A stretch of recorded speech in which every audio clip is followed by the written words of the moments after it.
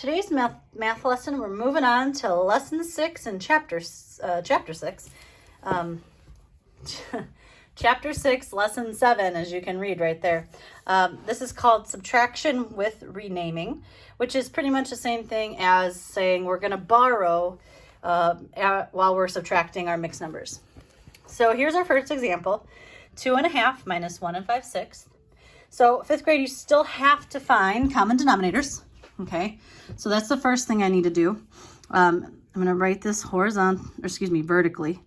2.5 minus 1 5/6.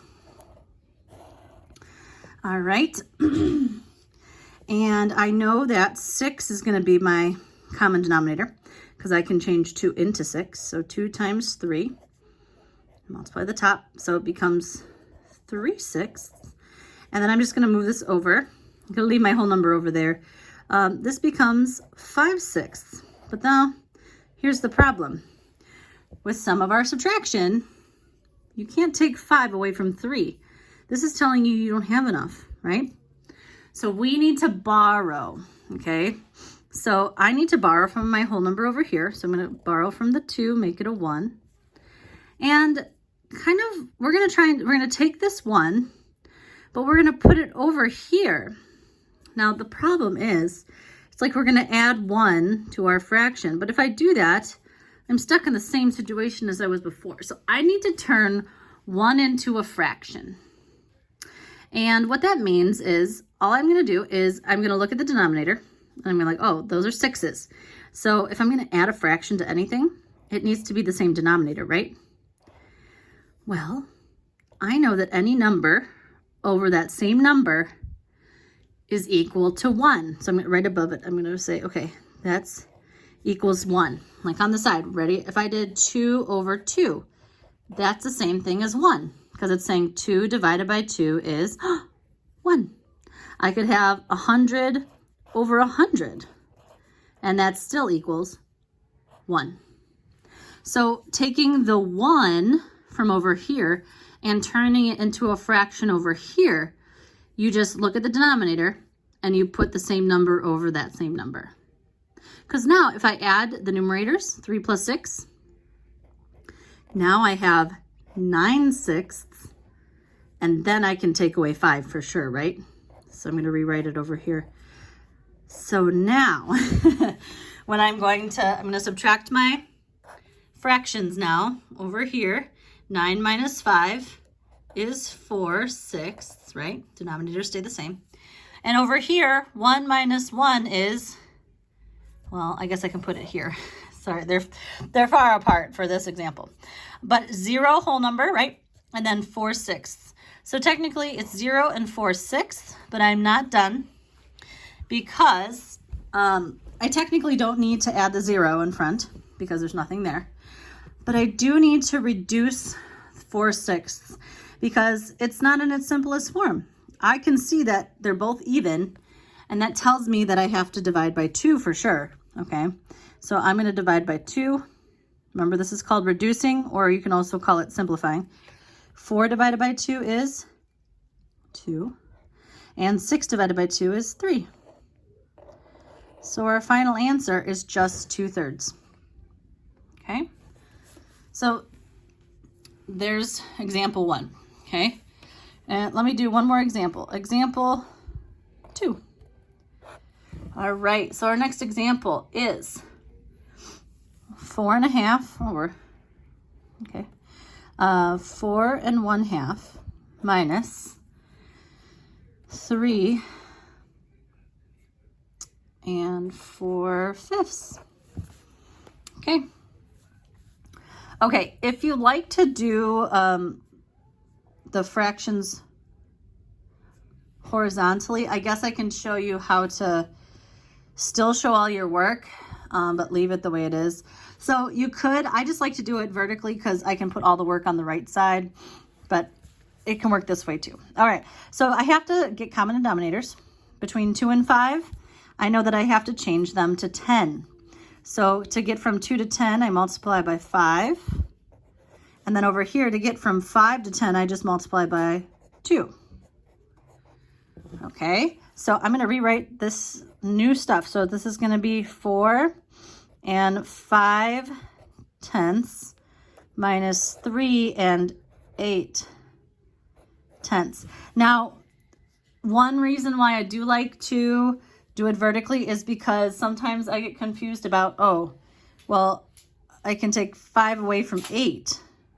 But no, that's not what it's saying. I'm starting with 5/10 and they want to take away 8. That's why I do like to put this on top and this on bottom, right? So you can see, look at that.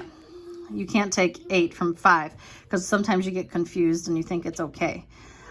So if I do it this way, I just have to remember that you can't take 8 from 5. Okay. Let me move. Okay. So now, so I'm still going to do it horizontally. So because I can't take 8 from 5, I have to borrow like we did up here in the first one. I'm going to take away 1 from the 4, make it a 3. Now look, I need to add 1 to 5/10. What that means is I need to add a number over the same number, and it should be the same denominator as this.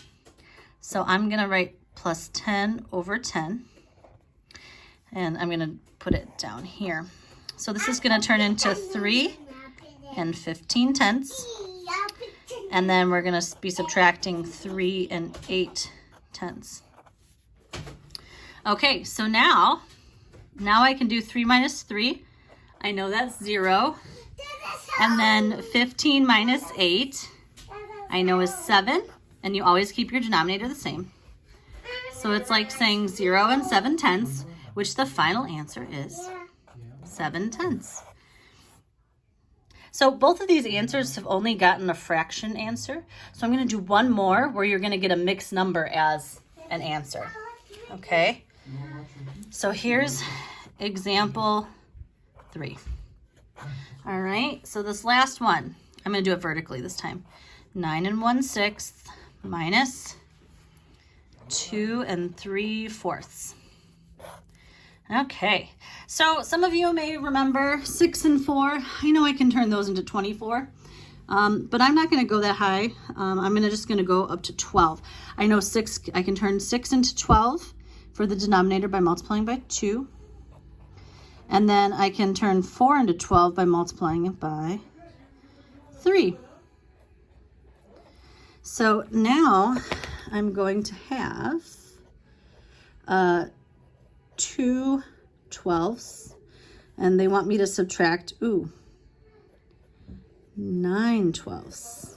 They want me to take 9 things away from 2. So that's a little tricky. So we are going to have to borrow. Okay, I'm going to take 1 away from the 9, make it 8. Now remember, we have to add 1 over here, and I'm going to write it as a fraction that has a number, the same number over the same number. And it should be the same number as in our denominator. So both the denominators are 12. So I'm going to write 12 over 12. And so that becomes 14 over 12. And then now I can finally subtract. So this is still 9 12ths. Whoa. Okay, let me zoom out a little bit. Okay, so now I can do 14 minus 9. 14 minus 9 is 5. My denominator stays the same. And then 8 minus 2 is 6. And if I look at 5 and 12, I know I can't break 5 down anymore. And 5 doesn't go into 12, so that's it. My final answer is 6 and 5/12. So the only thing you have to remember, when you're borrowing, you have to take 1 away, of course, and you add it to the fraction, whatever the denominator is, you make it a same number over the same number and add those numerators to get your new one. Just like up here, we added 6 over 6. And then down here, we added 10 over 10. Okay? So please rewatch this video over and over again. Remember, you can go ahead in the video, you can go back. just make sure you use this to try and follow along while you do some subtraction with renaming. And what I'd like you to do to practice, if you could, I'd like you to do on page 391, oops, there we go. If you could do numbers 6 through 13 in your math notebook, because there's no room on the page. Just want you to do 6. Those are 8 problems, okay? So please do those for your assignment today.